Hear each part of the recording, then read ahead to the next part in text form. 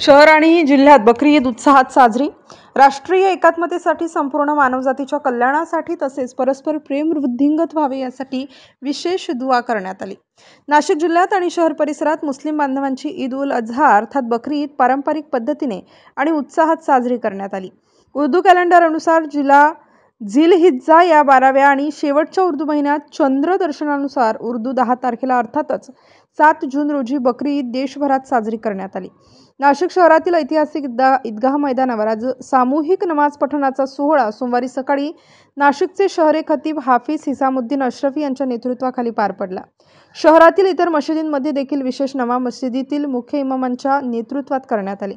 यावेळी राष्ट्रीय एकात्मतेसाठी, संपूर्ण मानवजातीच्या कल्याणासाठी तसेच परस्पर प्रेम वृद्धिंगत व्हावे यासाठी विशेष दुआ करण्यात आली।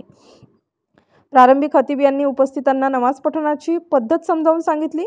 सकाळी 10:15 दरम्यान नमाज पठणाला सुरुवात झाली। नमाज पठण झाल्यावर अरबी भाषेतून खतीब यांनी उपस्थितांसमोर खुतबा पठण केला।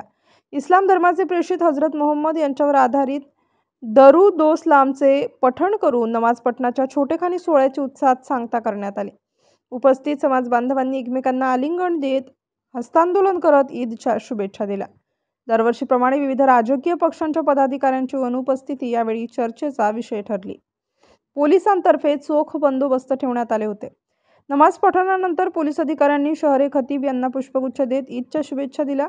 यावेळी पोलीस उपायुक्त प्रशांत बच्छा, उपायुक्त किरण कुमार चौहान, सहाय्यक पोलीस आयुक्त नितीन जाधव, सहाय्यक पोलीस आयुक्त संदीप मिटके, वरिष्ठ पोलीस निरीक्षक संतोष नरोटे, सहाय्यक पोलीस निरीक्षक सुधीर पाटील आदी खतीब यांना ईदच्या शुभेच्छा दिल्या। यावेळी भाजपाचे नवनिर्वाचित शहराध्यक्ष सुनील केदार, काँग्रेसचे युवक जिल्हा अध्यक्ष स्वप्नील पाटील, भाजपा अल्पसंख्याक शहराध्यक्ष आरिफ काझी, भाजपा उत्तर महाराष्ट्र अल्पसंख्याकांचे विभागीय अध्यक्ष मुजम्मिल मिर्झा, हन्नान मिर्झा यांनीही खतीब यांना ईदच्या शुभेच्छा दिल्या।